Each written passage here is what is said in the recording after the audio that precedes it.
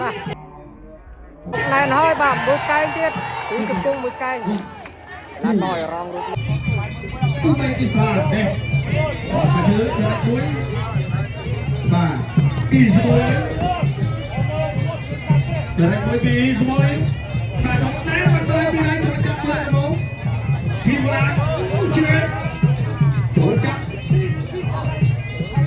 ជ្រែកកាត់ទៅមកហើយ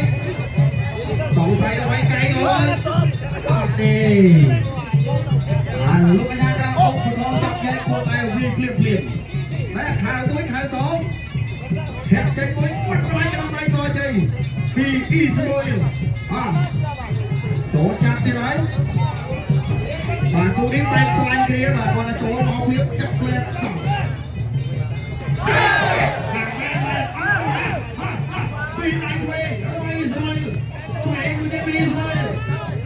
មកទៅទីធ្លាគីមរ៉ាយ៉ាងងានលៀបបីគេជីកមកបែនបាទជីកមកបែនអូកំពុងនេះធ្ងន់ណាស់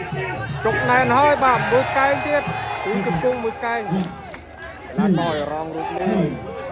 សុំទោសបាទវាខាតអាចបន្តបានឬក៏យ៉ាងណាអូគវិក្បាលហើយបាទវាមក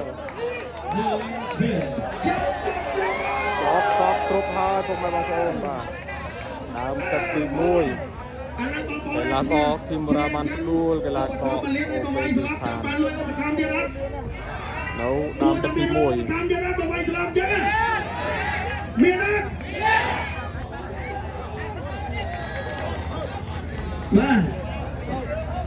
បាទឥឡូវនេះឃើញថាដោយសារធីមរ៉ាប្រកួតល្អមែនទែនអ្នកញ៉ាលៀមលេងសម្រាប់យកបឋមនៅថាវិការបន្ថែមមួយលានរៀលទៀតស្លាប់បាទ2លានរៀលអូបាទមិនធម្មតាទេធីមរ៉ាលឿនមែនទែនបាទចូលទៅគុំភ្លឹបដាច់ភ្លើងបាត់បាទមួយទៀតបងប្អូនសម្រាប់ក្រៅមើលទៀតអត់មកអត់ផ្ទះដៃមួយទៀតមកបាទជាកិច្ចបន្តប្រកបទូនាទីជូនដល់គណៈកម្មការប្រកាសលទ្ធផលជាផ្លូវការបាទសូមអរគុណជាជំនឿដល់គ្រូគូប្រកួតឲ្យបង់ការប្រកួតក្នុងទឹកទី1បានទៅលើកីឡាករបង្គោលក្រហម The Red Corner from Cambodia Himbora បាទខ្ញុំអត់មានកិត្តិយសសូមគោរព